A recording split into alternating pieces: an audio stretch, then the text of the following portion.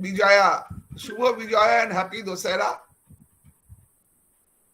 I'm sure you all have enjoyed this festival time. In fact, the festival time is still on. It will go on for next couple of months. So you all must be in very refreshing mood now. Uh, as you have already just now heard, this series of lectures are being recorded and uploaded in the YouTube. Uh, I would suggest you, if you feel like, in spite of listening to these classes online live, whenever you have some time, you can. Hello. Yes, हाँ नमस्ते भैया जी. yes. Vijay Vijay sir.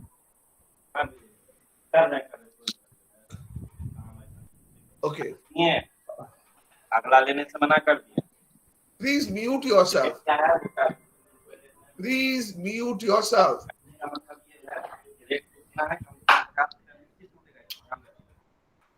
Please mute yourself. You can talk to me, no problem. Anytime. But no cross talk amongst yourselves. Okay. Just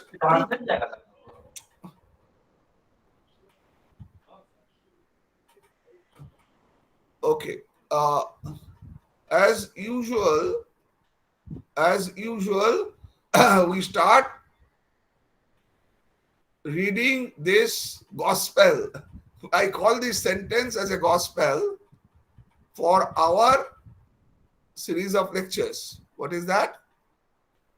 The discipline of software engineering deals with studies on science, engineering, technology, and management of feasibility study, requirement specifications, functional specifications, non-functional specifications, design, development, testing, deployment, maintenance, and evolution of software products and services based on mutually agreed upon specifications, time estimates, cost estimates, time estimates, and cost estimates, with embedded focus on maintainability, scalability, reusability, reliability, upgradability, and reconfigurability.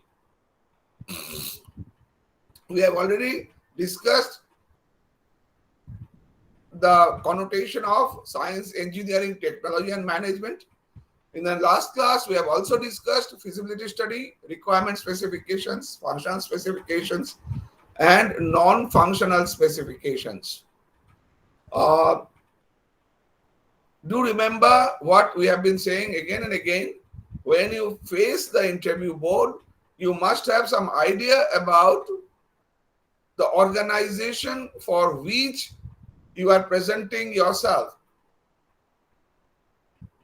There are some IT firms, very renowned, very well-known IT firms,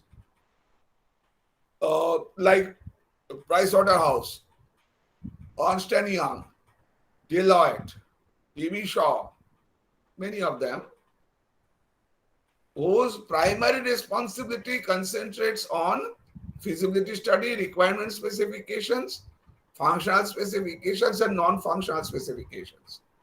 Reason is very simple.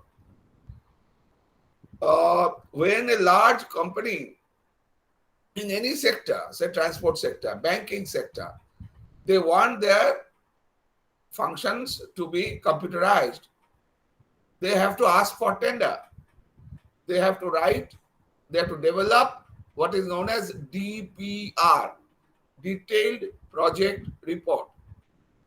And on the basis of that DPR, they will ask for competitive bidding from software vendors, TCS, Infosys, Tech Mahindra, so many of them.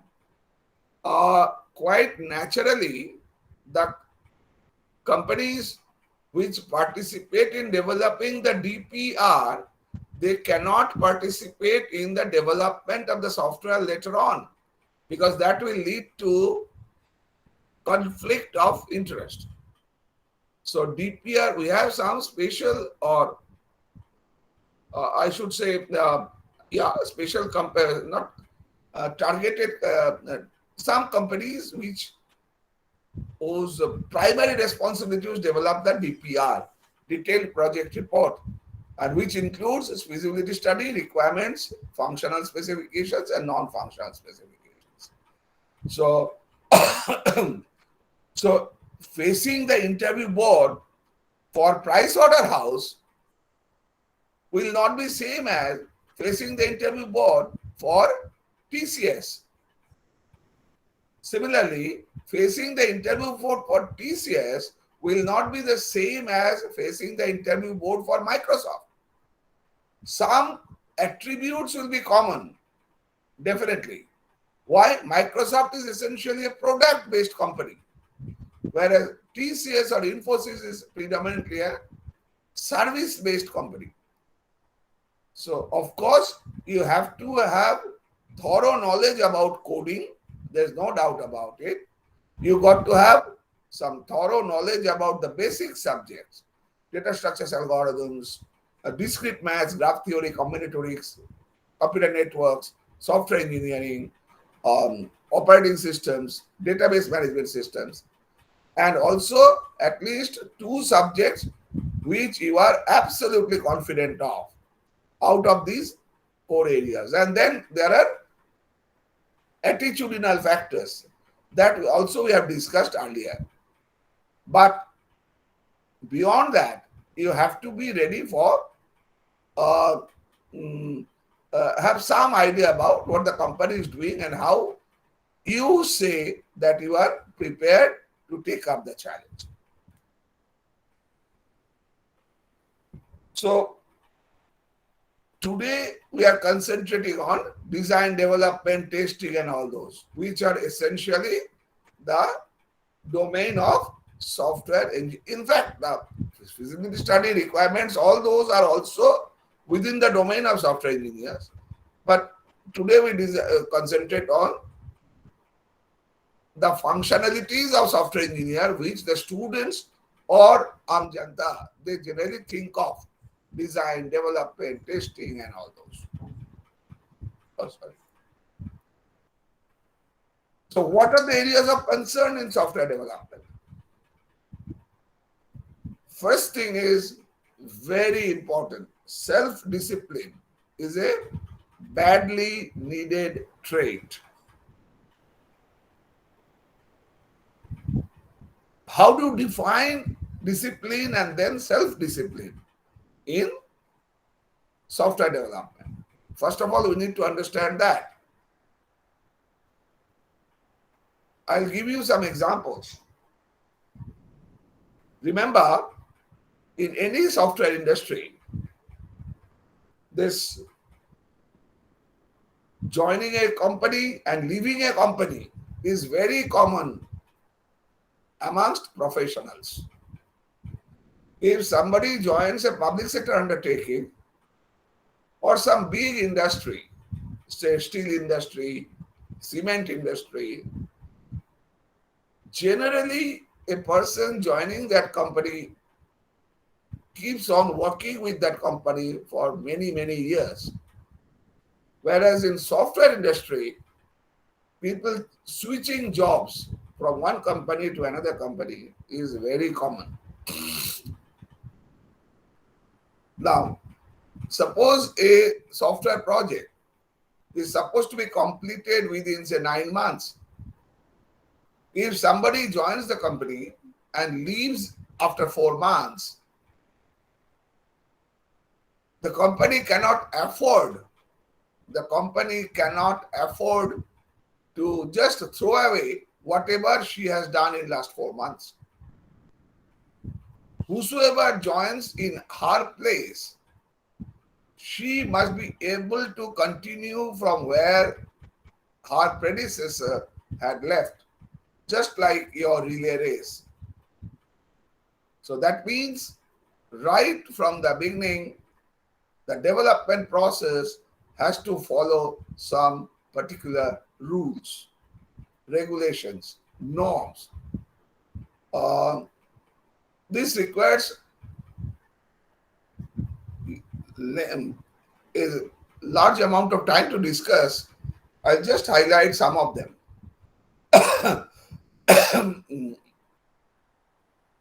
First of all, these are very naive kind of thing. But at the college level, we hardly follow these principles. What are those? First of all, whenever you write a code, try to avoid naming a variable or an object by I, J, K, etc. Name the variable in such a way that knowing the variable, you know what it represents. Every variable represents a physical entity, generally. So if some variable in your code represents basic salary, name the variable as basic salary. Don't name it as IJK. So that reading the code itself, anybody will know how the code proceeds. Next, as a thumb rule, if you write 100 lines of code, out of that minimum 70, international rule is 80, lines should be spent on documentation. You know how to write documentation with slash and star or whatever with the method. Documentation explaining what that particular statement is supposed to do. So that means you have documentation. One is intrinsic documentation and the other is enforced documentation. Intrinsic documentation means, as I said, name the variables accordingly.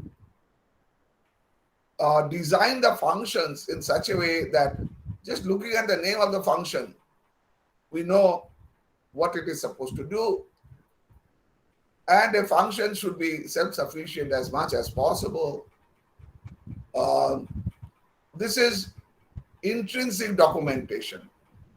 And extrinsic documentation is clearly you write within, the way you annotate your code, what the code is supposed to do. If we discuss slightly more technical, you must inculcate the habit of writing code following the basic principles of structured programming. You must have learned this already, but for the sake of completeness, I would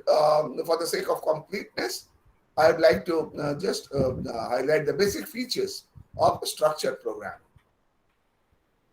What is a structured programming?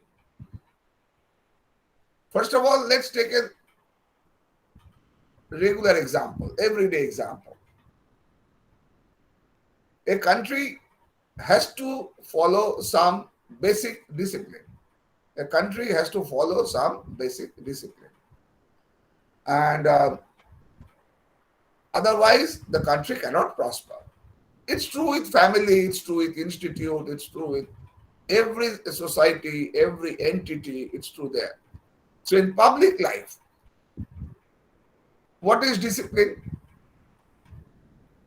When you drive a car, you should follow the lane, follow the signal. When you cross the road, you follow the protocol. So now these protocols, even though these are very well stated, very formally stated, in some countries, these are hardly followed. Whereas in some countries, these are followed very strictly. So in public life, we know what discipline is. At least we have some idea about what discipline is.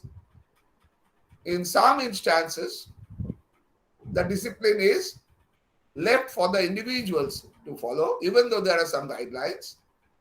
In some other societies, the discipline is enforced strictly with punitive measures in the case of non-adherence to discipline.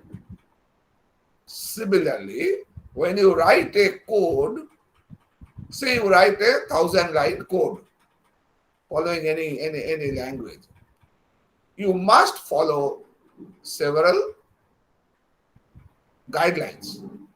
What is that? First of all, we assume that we are following von Neumann architecture. What is von Neumann architecture? You must be knowing the postulates of von Neumann architecture. That is, sequential flow of execution, data and instructions are indistinguishable, and like that. Even though the guidelines for structured programming is valid for non-von Neumann architecture as well. Now, what are the postulates of structured programming?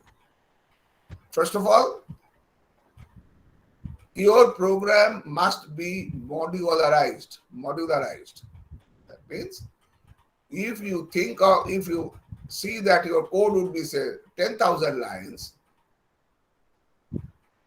plan in such a way that all the 10,000 lines are not in one simple program.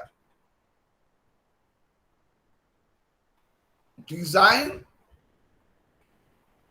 the development process in such a way that you have some modules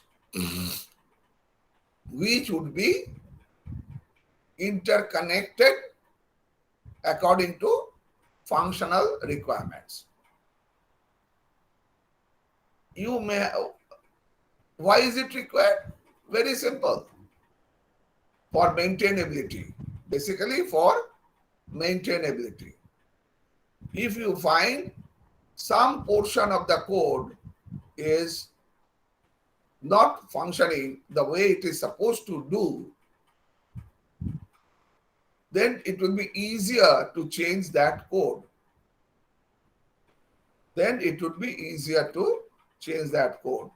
So it has to be modularized.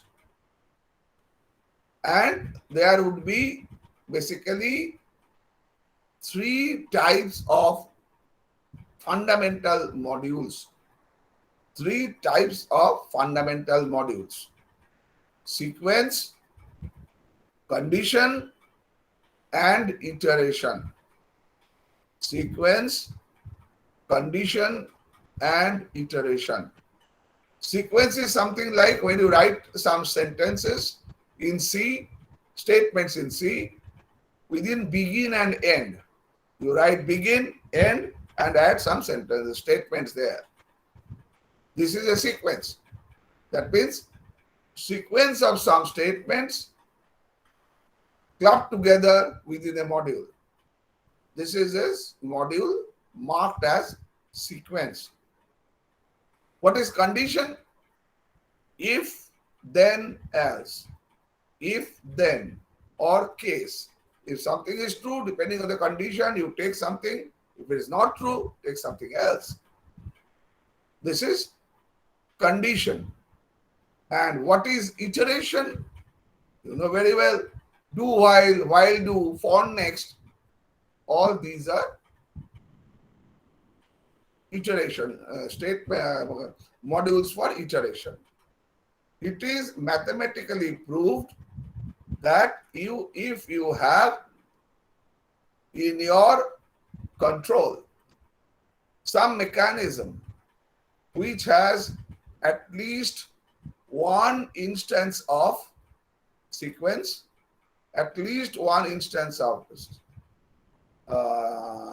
condition, and at least one instance of iteration, that is enough for developing the software.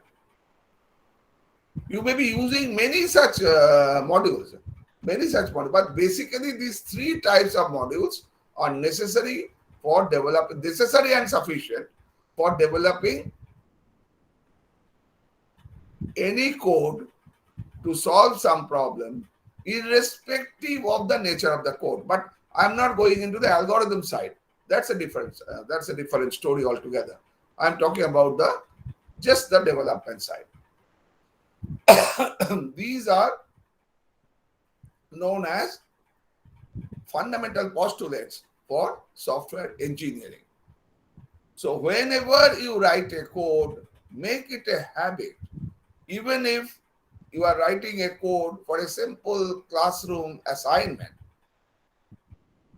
follow the practice of, first of all, documentation, both intrinsic and enforced, and also follow the practice of structured programming. So far, what are the postulates I've said? Should be modularized. There should be at least one conceptual module for sequence, condition, and iteration.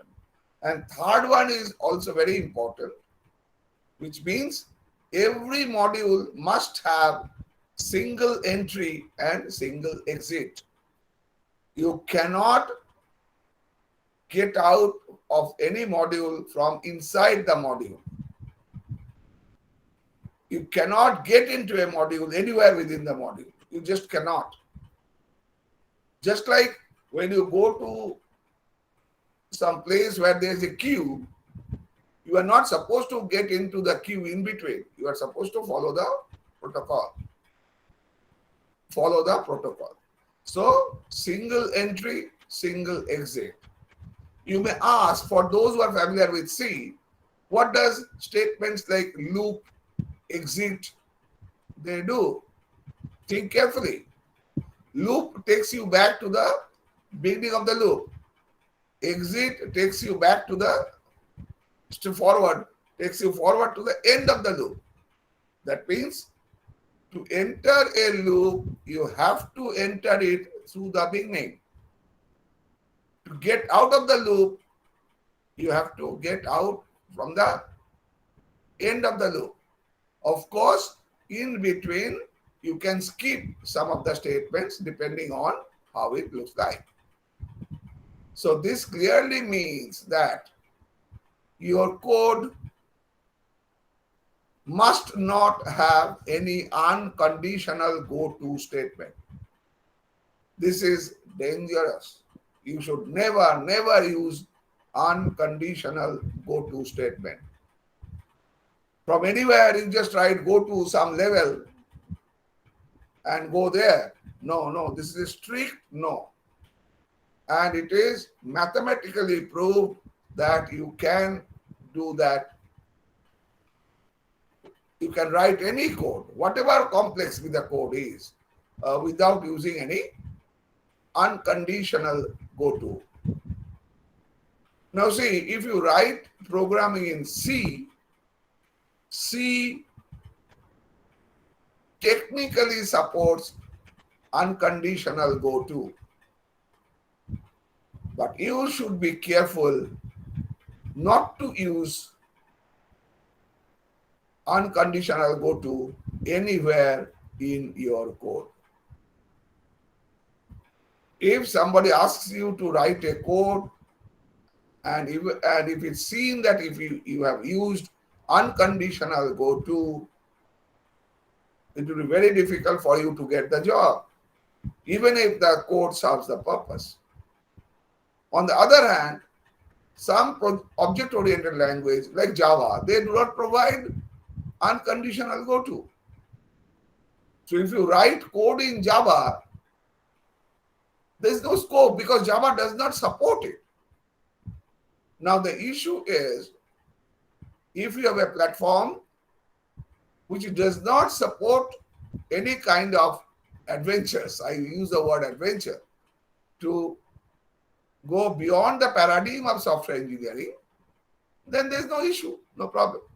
But if you use a language which supports that, just like in medicine, steroid available, but you must avoid steroid always, as the doctors say. So it's something like that. So this is what is known as self-discipline. Like when you are writing a code, sometimes you find that, oh, if I use unconditional go-to, I can get it done like this. But you have to restrain yourself not to do this. Think in such a way how to get the job done without using unconditional go-to. Also, it's quite natural that once you have so many modules in your code,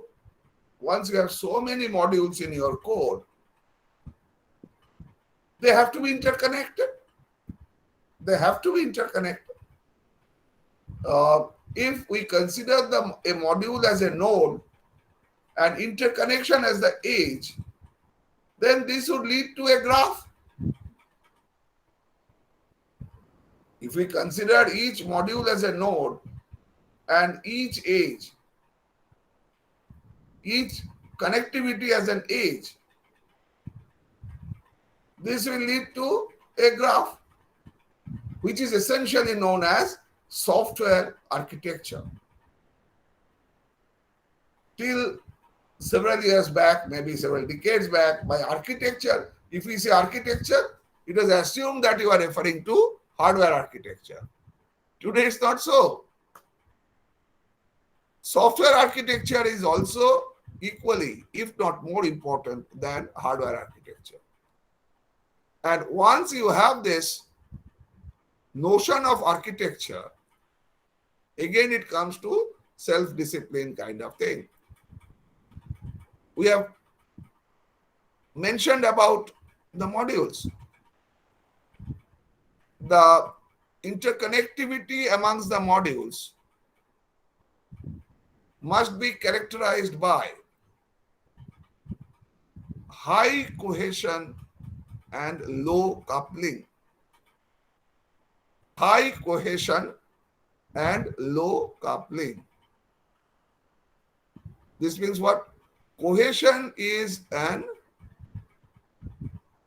intermodular property, and coupling is, cohesion is intramodular property, and coupling is intermodular property. By high cohesion means the codes written within a particular module must be designed in such a way that they all are geared up to address a particular sub-problem. That is cohesion. So a module has to have high cohesion. And low coupling means what? How the one module is connected with some other module. So intermodular connectivity is characterized by coupling. And that coupling should be very low. Why? Because if the coupling is low, then if there is a problem in some module, it will have very little impact on other modules because the coupling is low. So any good design must have, if we say again, just a moment.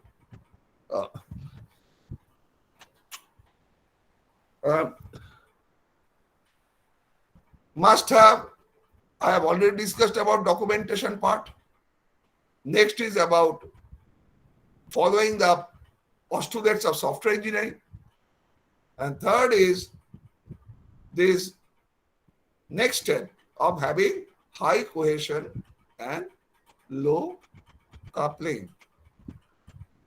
Then there are some other characteristics also which are equally, if not more important. What is that?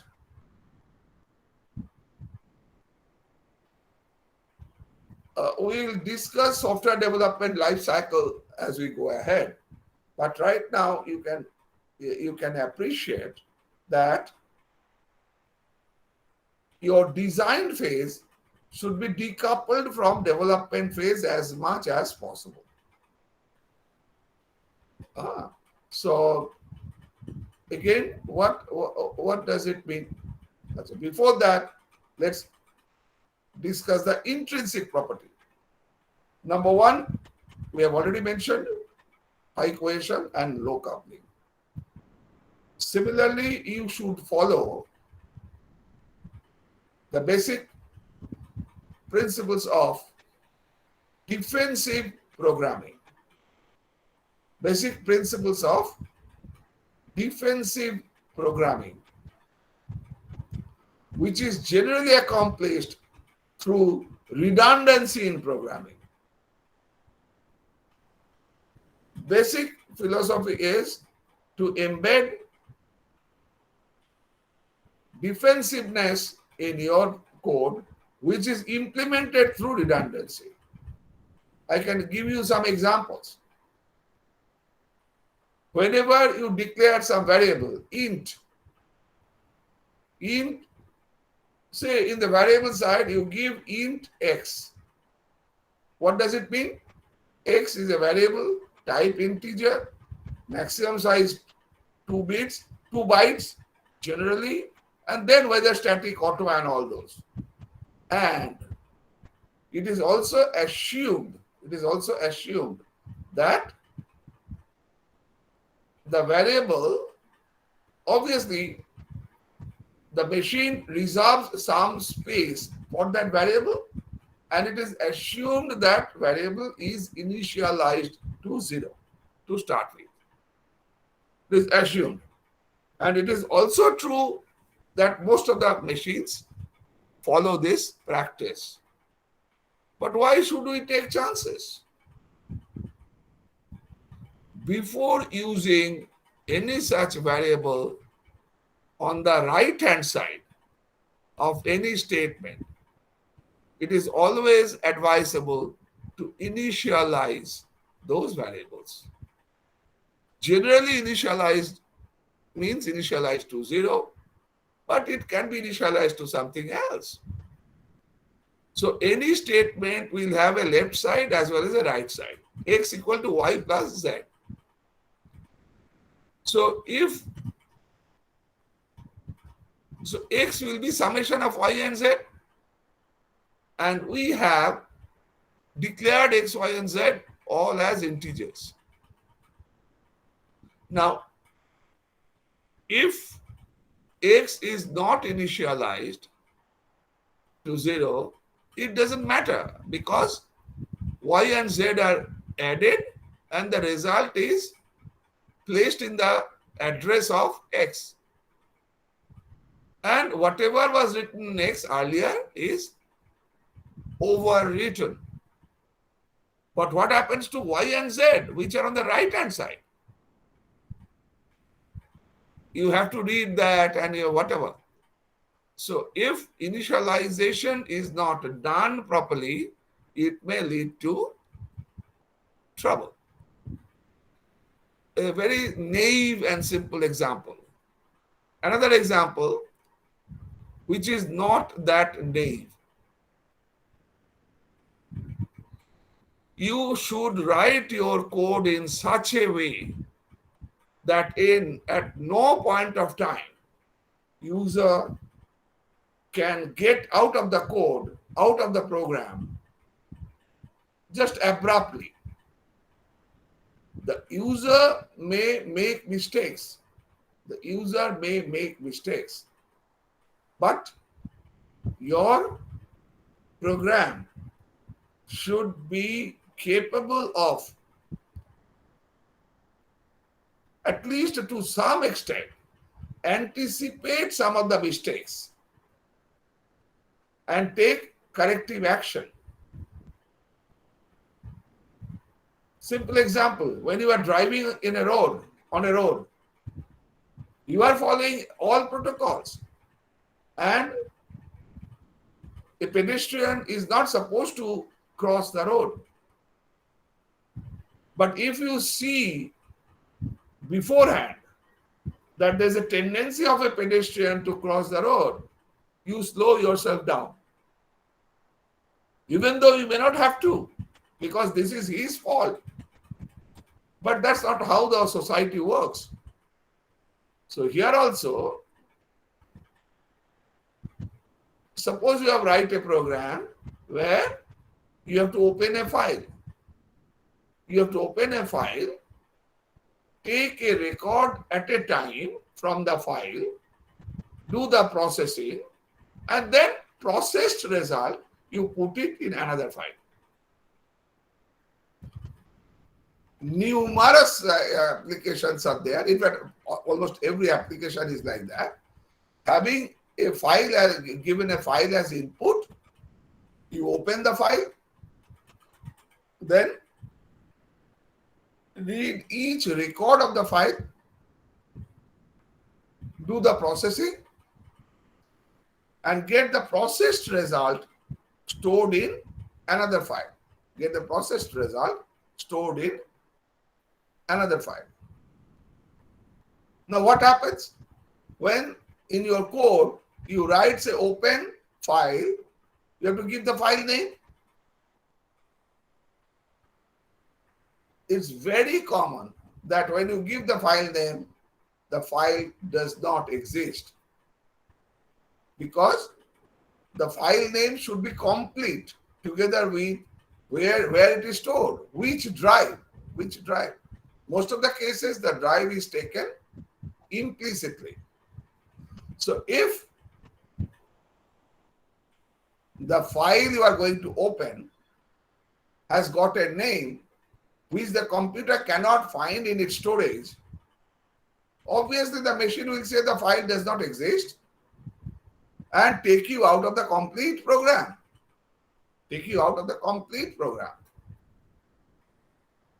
This is not acceptable in any professional program.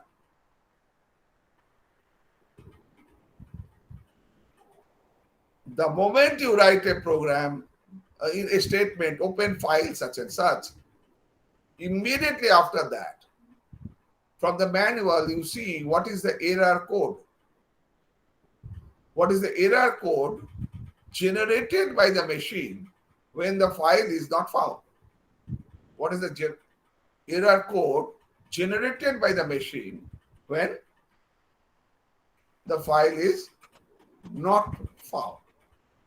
And you make a loop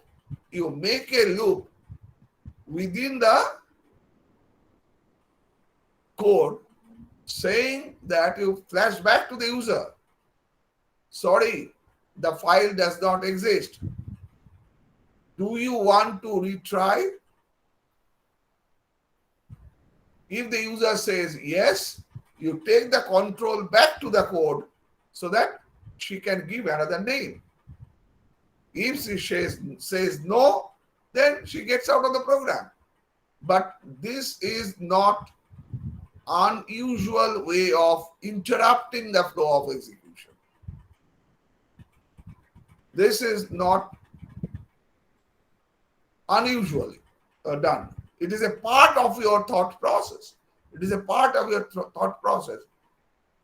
Try to understand the difference very clearly.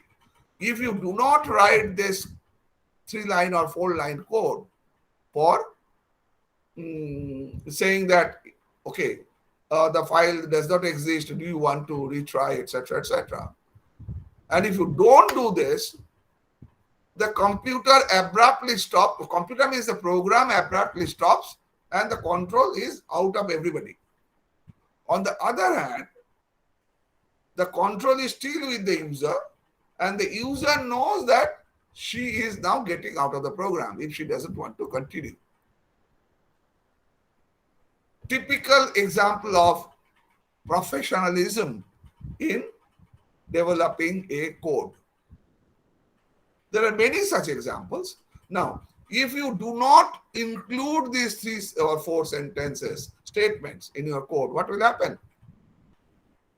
If the user writes the file name properly, these are not required.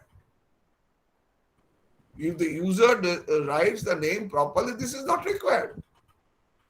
But even then, in your code, you have to write accordingly. On the other hand, if there is some problem, then this is taken care of by your foresightedness while developing the code. Take, for example, another example. Take another example. Like when you are reading the file, you are taking one record, processing it, processed data sent to another file, go to the next record, and go on. At the end, the file is over. So after processing the last record, what do? If you don't say anything, again, there is a likelihood that the system will generate something saying that end of file, and I do not know what to do. Control goes out of the code. This is not done. A good software engineer, while reading a file, there itself she will write what is supposed to be done at the end. When the file is completely read, what is to be done. That is also written within the code. So first, the file may not be present. Next is this, as I said, what do you do with that extra code and all those, and finally end of the data. Now all these will obviously increase the overhead, but today our systems are so fast, storage is no issue at all.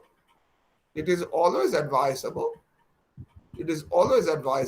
to have this kind of defensiveness.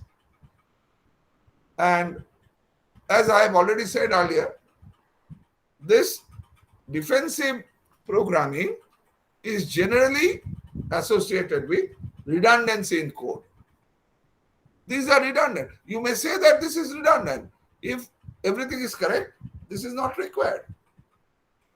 But for writing large codes, it is always advisable to follow this.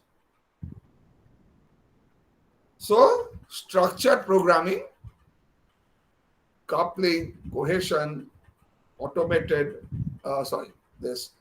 redundant programming, then defensive programming. These are typical terminologies used in professional code development. Any questions? I'm taking 1 minute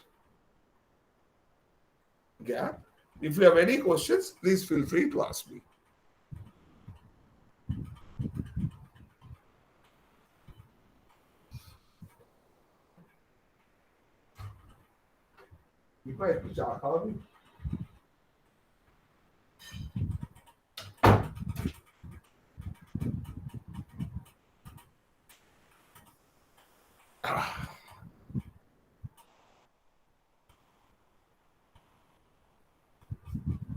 Okay. It seems you are comfortable with whatever we have discussed right now.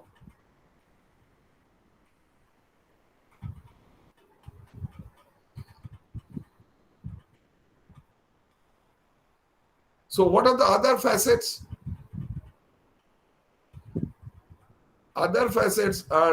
There are many such facets of good professional code development.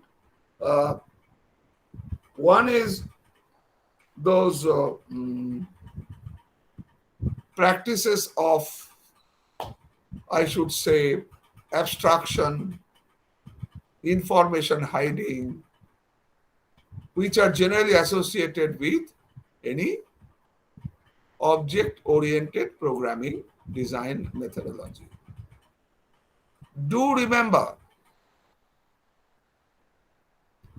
object-oriented programming is why do we follow object-oriented programming nowadays?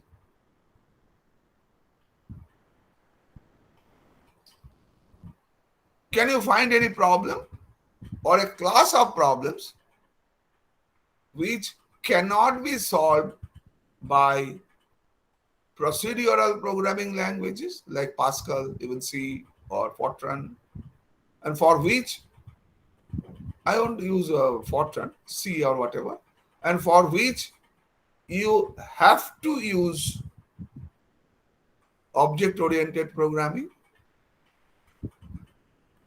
The answer is strictly no.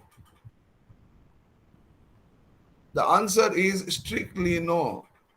Object-oriented methodology is not something which helps you in programming some algorithm which cannot be programmed in procedural languages. No, no, and no. Then why should we use object-oriented methodologies? In fact, you are completely out of place if you can't write in object-oriented programming.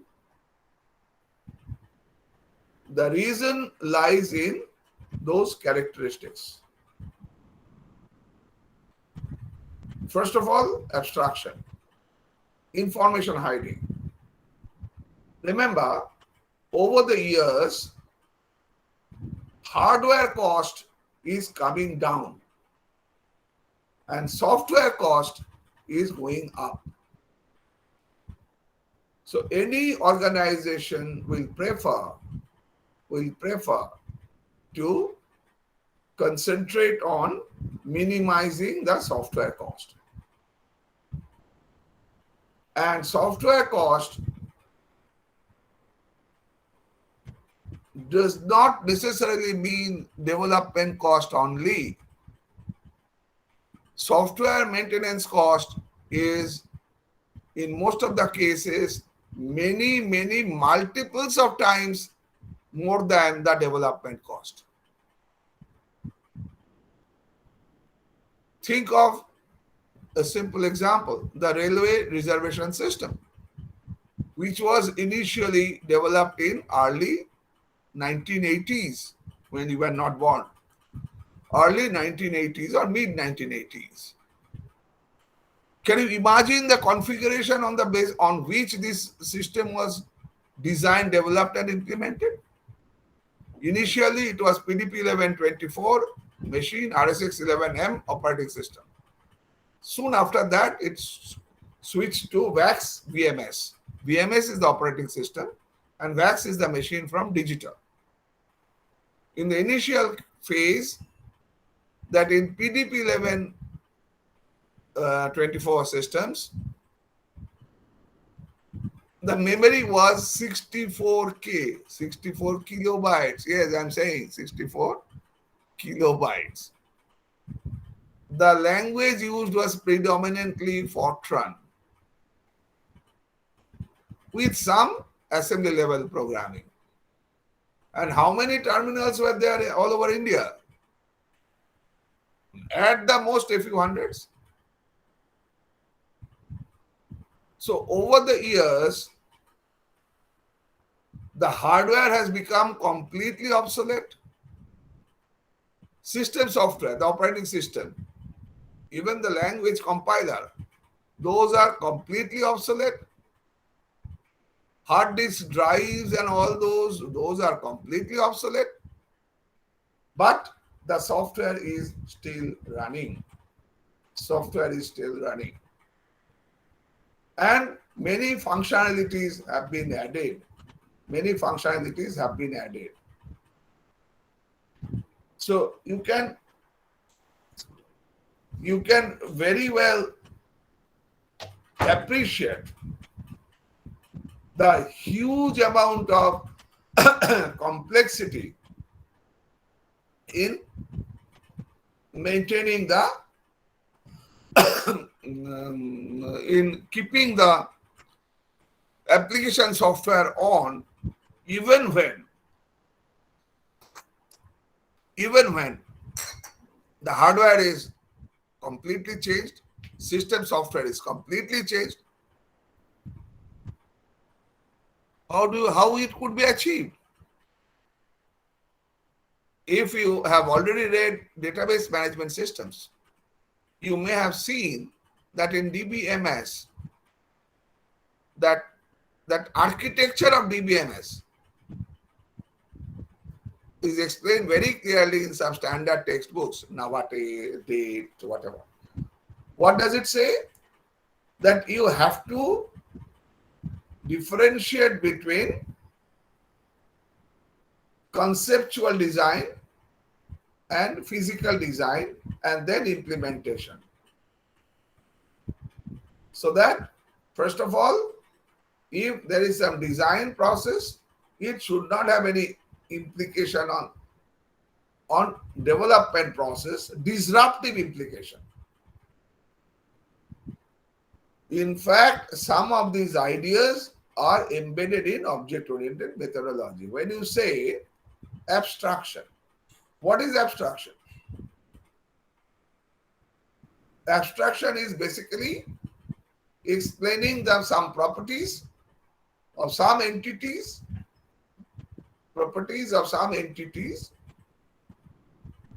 which are abstracted. You do not want the details. You don't want the details. If you say today you want to visit one of your friends' home,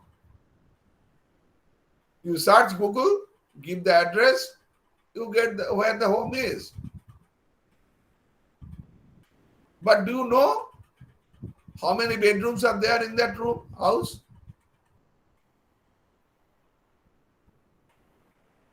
What is the size of the room? What are all those? You don't get it because you are not bothered also.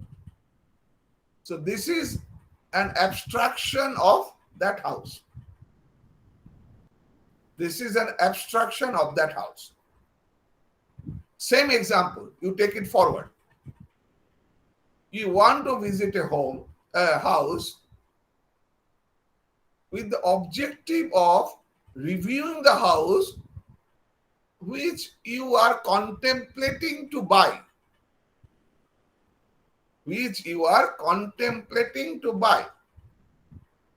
Then you need the area, quality, bedroom, etc., etc. So then the abstraction we have been saying earlier will not suffice. We are saying earlier will not suffice. So in any design process, abstraction plays a huge role. In simple terms, it does not burden with everybody to get into the intrinsic details of whatever is inside. Of course, if somebody is interested, she can explore it further. This is abstraction. When you say int I, you have declared int I. What does it mean? I is an integer, generally a 2-byte variable. Generally, it can store between -32768 plus 32767 and all those. This is abstraction, but it was already there since eternity, since a long time back.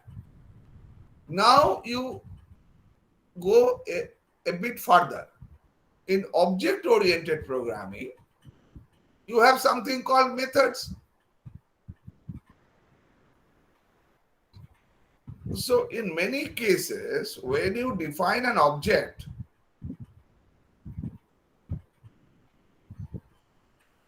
in corresponding procedural thing is variable. So if you want to initialize or add some characteristics to the variables, you can do it writing a code. Whereas in object-oriented programming, the same characteristics you can include by using methods. Now, when you write a code before deployment, this has to be compiled. Now, any code generally can have two kinds of errors. One is syntactic error, and the other is semantic error or runtime error. Out of these, it is advisable to develop the program in such a way that there is no runtime error. Because runtime error means, or semantic error means the error will occur at the user side. No user will like it. No developer will try to afford this kind of thing. So they would like to avoid any possibility of having runtime error. So whatever error comes, the developer would like to get it detected in compile time only. Now, while defining a class through methods and all those, these characteristics of the objects can get syntactically checked during compile time. And what is the direct implication? Some errors, the same thing could have been, this syntactic checking could be done in, if you want to do the same thing in procedural languages, you have to write a code, and that will be checked in runtime. That means at least some errors which were potentially detected in runtime in procedural languages, now you can get those errors checked syntactically in the compile time itself. So the probability of encountering runtime error is much less. So again, I am still concentrating on that first sentence, that self-discipline is a badly needed trait, and I hope you could appreciate. The huge importance of this self-discipline, and this becomes even more complicated because in the university college days, generally these aspect is not emphasized upon in classroom studies. When you are given an exercise to write a code for, say, quicksort algorithm, generally the emphasis is entirely on getting the algorithm developed, writing the code, testing it, and then submitting it. Unfortunately, in most of the cases, quality of the code. Now, there are two issues. If we consider from algorithmic perspective, quality of the code will mean time complexity and space complexity. Simple example, you are given a set of 1000 integers. You are supposed to, the problem is sort this set of integers. How do you check for the quality of the code? It works. I see that it's working fine. But how is the quality? Remember, for a successful professional, getting a job done is not enough. How she gets the job done is also equally, if not more important. I reiterate, for a successful professional or a professional who aspires to be successful, getting a job done is not enough. How she has got the job done, that is also equally, if not more important. Okay? So,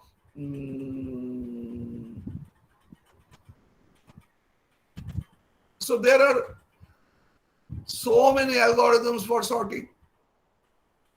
So many algorithms for sorting. So how do I know, how do I judge the quality of your code? From algorithmic perspective or a pure computer science perspective. For a pure computer science perspective. Generally, the tendency would be to use quicksort. What is the complexity? N log n. But if the same set of numbers, integers, are such that they are already more or less sorted, only one or two integers are out of place here and there, you know very well, the simple bubble sort will be much better than quick sort. So that is how the quality of the code will be checked. From pure business environment, how some manager will check the quality? Manager will think how this code can be maintained.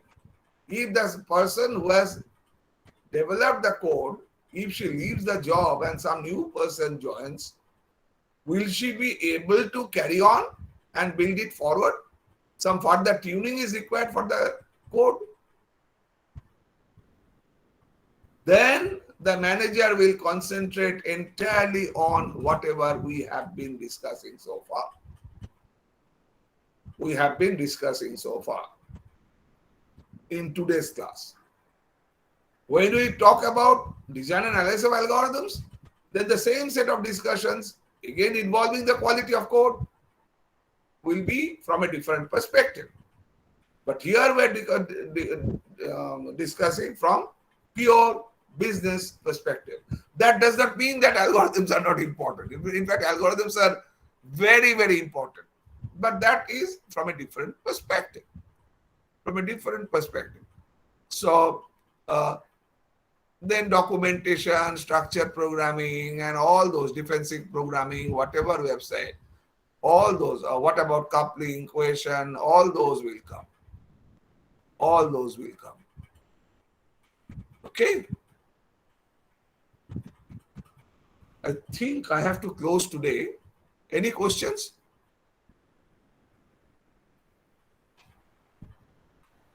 Any questions?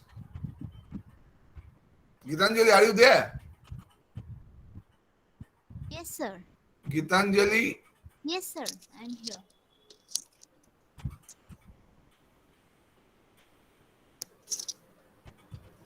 Hello? Sir, yes, sir. I'm here. Hello, Gitanjali? Yes, sir. Sir, am I audible?